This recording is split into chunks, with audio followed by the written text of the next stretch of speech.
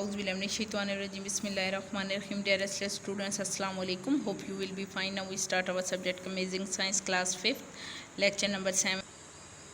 Now open page number 66. हमने पिछले अपनी प्रीवियस रीडिंग में फ्रिक्शन के बारे में पढ़ा था कि फ्रिक्शन होती क्या है। आपको पता है किसी भी दो चीज़ों को जब आपस में रगड़ा जाता है तो जो फोर्स प्रोड्यूस होती है उसको फ्रिक्शन फोर्स कहते हैं। ठीक है। व्हाट काजेज फ्रिक्शंस, काजेज मतलब फ्रिक्शन के सबब कौन कौन से होते हैं, फ्रिक्शन किन वजह से मतलब जो होती है वो रिड्यूस होती है। Friction is partly due to tiny bumps of surface that are in a contact with each other, or partly due to atoms in the two materials which tend to stick each other। ठीक है। जो friction होती है वो देखने में बज़ाहिर हमें स्मूथ नज़र आती है, लेकिन जब कोई भी चीज़ इससे टकराती है तो क्या होता है, टाइनी छोटे छोटे जो मतलब जो इनके सरफेस पे जो क्या होते हैं वो कॉन्टैक्ट्स विच ईच अदर आपस में जब वो कॉन्टैक्ट करती हैं तो फ्रिक्शन जो होती है वो रिड्यूस होती है और हर चीज़ जो छोटे छोटे एटम्स से मिलकर बनती है। ठीक है ना। और जब चीज़ें एक दूसरे से इनके साथ टकराती हैं, सरफेस के साथ टकराती हैं, कोई भी चीज़ जब सरफेस के साथ किसी स्मूथ सरफेस के साथ टकराती है तो क्या होता है कि फ्रिक्शन जो होती है वो रिड्यूस होती है। फ्लूइड फ्रिक्शंस क्या है जी, materials that can flow are called fluid. जो बहती हुई जो चीज़ है उसको फ्लूइड, जो बहती हुई जो भी चीज़ है उसको फ्लूइड फ्रिक्शन बोलते हैं। Liquid and gas are fluids, liquid और गैस जो है फ्लूइड फ्रिक्शन की एक मिसाल में है। Fluids can also causes friction, जो फ्लूइड है वो भी फ्रिक्शन का सबब बनती है। When a car is travelling a fast on a motorway, जब एक तेज़ी से जो सफ़र करती हुई मोटरवे पे एक कार है, ठीक, air resistance in the large friction, जो हवा की एक बहुत जो रेजिस्टेंस है, रुकावट है, पुशिंग अगेंस्ट इट, और तो क्या वो करती है कि वो हवा की जो एक आगे से एक रुकावट है, रेजिस्टेंस है, वो उसको पुश करती है अगेंस्ट इट, दूसरी मुखालिफ सिमत में। Rowing a boat needs a lot of force to push it forward against water resistance. तो क्या होता है, जैसे एक मतलब जो rowing a boat needs a lot of force, जो कश्ती बंदा चला रहा होता है उसको बहुत ज़्यादा फोर्स की ज़रूरत होती है कश्ती को आगे धकेलने में, क्योंकि हवा की जो रेजिस्टेंस है आगे से उसको पीछे की तरफ मुखालिफ सिमत में धकेलती है, इसलिए उसको बहुत ज़्यादा ताकत लगानी पड़ती है, बहुत ज़्यादा फोर्स लगानी पड़ती है उसको कश्ती को आगे करने में, क्योंकि जो हवा की रेजिस्टेंस है उसको उसके लिए रुकावट का सबब बनती है। The resistance experience by a swimmer, runner, cyclist and motor racing drivers in often referred to as a drag force. ठीक है।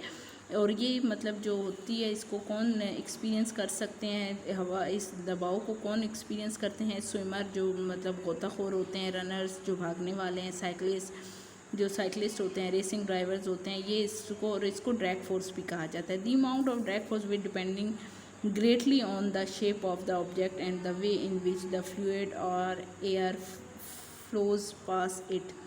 और क्या है कि जी इस चीज़ को वही बंदा, और ये उस चीज़ पे भी ड्रैग फोर्स डिपेंडेंट करती है कि वो ग्रेटली मतलब वो उसकी शेप कैसी है और in what ways in a fluid, और वो किस तरह के रास्ते से वो गुजर रही है, चाहे वो हवा का दबाव है फ्लो और कैसे उसमें से हवा का दबाव गुजर रहा है या उसका वहाँ से फ्लोट कैसा है। In the object allows to follow smoothly it will create less friction, और ये उस चीज़ को जो भी चीज़ है ये फ्लो स्मूथली, अगर वहाँ से स्मूथली गुजर रही है, it will create less friction, तो वो कम फ्रिक्शन रिड्यूस करेगी। अगर स्मूथली सरफेस है, देखें आपको उसको गाड़ी चलाने में भी वहाँ पे आसानी होती है। अगर मतलब टूटा फूटा रोड होगा तो क्या होगा कि उसमें आपको कोई भी गाड़ी चलाने में क्या होगा कि मुश्किल पेश आएगी, और क्या ज़्यादा फ्रिक्शन जो है वो रिड्यूस्ड होगी, और then an object that will disturb the flow. और अगर स्मूथ सरफेस नहीं है, अगर स्मूथ सरफेस है तो क्या होगा, कोई भी चीज़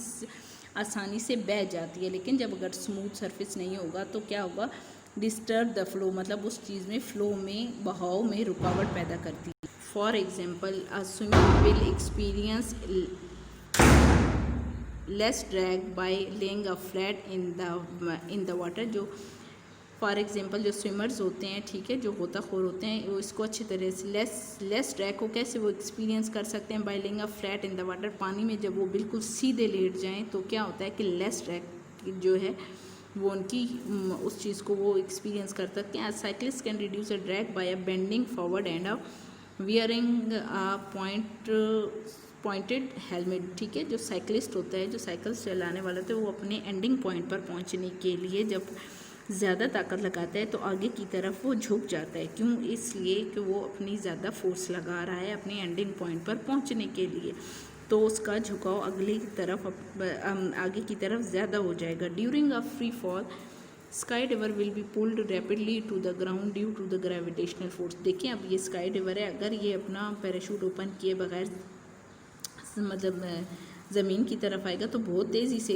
जो ग्रेविटी है, ज़मीन की ग्रेविटेशनल फोर्स है, वो अपनी तरफ उसे खींचेगी। ऑन ओपनिंग अ पैराशूट, जैसे ही वो पैराशूट ओपन करेगा, air residence will increasing greatly, तो हवा का जो दबाव है एक बहुत मतलब जो दबाव है वो इस पर पड़ जाएगा और equalling the force of gravity and the diver will continue to fall but at a slow speed until they reach the ground.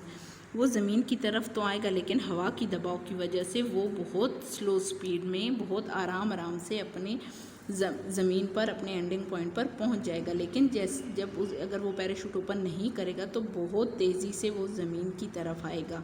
लेकिन जैसे ही उसने पैराशूट ओपन किया, हवा की रेजिस्टेंस, हवा का दबाव मतलब इसके पैराशूट पे जब बरकरार हुआ तो क्या होगा कि वो एक जो है मतलब स्लो स्पीड के साथ ज़मीन की तरफ आता जाएगा, हत्ता कि वो अब यहाँ तक कि वो ज़मीन पर आराम से सुकून से पहुँच भी जाएगा। Friction can be harmful. Friction नुकसानदेह कैसे होती हैं? A lot of energy is needed to overcome the force of friction. बहुत ज़्यादा एनर्जी की हमें ज़रूरत होती है मतलब फोर्स पर, जो फ्रिक्शन फोर्स होती है उस पर ओवरकम काबू पाने के लिए। फ्रिक्शन प्रोड्यूस हीट, फ्रिक्शन जो है वो हीट प्रोड्यूस करती है। This wastes a lot of energy, इससे बहुत ज़्यादा हमारी एनर्जी जो है वो वेस्ट होती है। The moving part of machines wear out by rubbing each other, ठीक है। जो हमारे मूविंग पार्ट्स होते हैं, जो भी किसी भी चीज़ के मूविंग पार्ट्स होते हैं वो क्या होते हैं? मशीन समझ लें आप। वो क्या है कि आपस में एक दूसरे के साथ रगड़ने से वो क्या होता है, बहुत ज़्यादा फ्रिक्शन रिड्यूस करते हैं, ठीक। और क्या होता है कि वो चीज़ उनकी एनर्जी बहुत ज़्यादा इस्तेमाल होती है।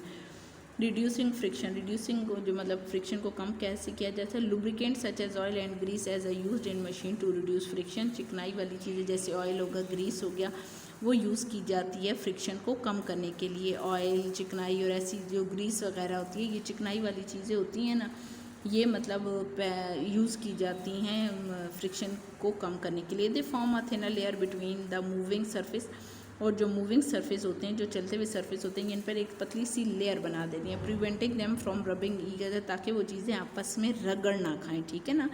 ये हम ग्रीस, ऑयल और ये जो चीज़ें इस्तेमाल करते हैं ना, ये जो चलती हुई चीज़ें हैं उनके ऊपर एक पतली सी चिकनाई की तैर लगा देती हैं ताकि ये मतलब जो है वो क्या हो कि एक दूसरे से रगड़ ना खाएं। Ball bearing reduce friction by rolling then dragging across a surface. देखिए बॉल बियरिंग इसकी बहुत अच्छी मिसाल है। ये इन दोनों के दरमियान बॉल बियरिंग जो होती है ये रोल करती रहती है और क्या होता है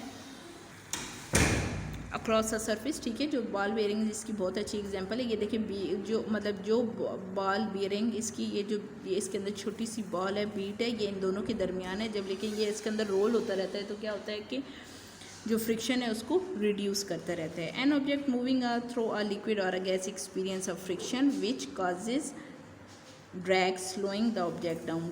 दी reduce this drag shapes submarines, racing cars and aircrafts as well as streamlined shape to so that the water or air will।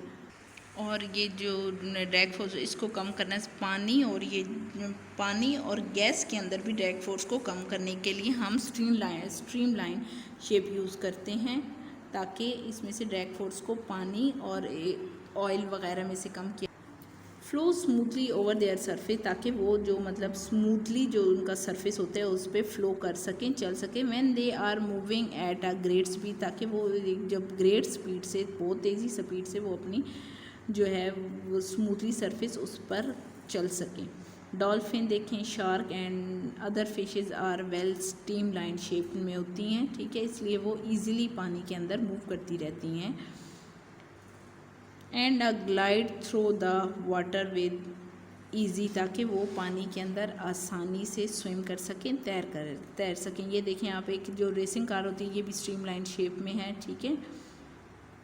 और ये रिड्यूस ड्रैग फोर्स को रिड्यूस करती हैं। पानी और तेल के अंदर भी हमें जो रिड्यूस फ्रिक्शन को ड्रैग फ्रिक्शन को रिड्यूस करने की ज़रूरत होती है, इसलिए हम स्ट्रीम लाइन शेप्स पानी और रोड पे तो आप देखें ना, मतलब हम अपनी ये जो हमारी ये ड्रैग फोर्स होती है या इसको हम रिड्यूस कर सकते हैं, फ्रिक्शन को कम कर सकते हैं, मतलब ऑयल्स के साथ, ग्रीस वगैरह के साथ। लेकिन पानी में हम इस चीज़ को कैसे कम कर सकते हैं? तो क्या होता है कि स्ट्रीम लाइन बॉडीज़ जो होती हैं वो रिड्यूस करती हैं ड्रैग फोर्स को पानी के अंदर, ठीक है।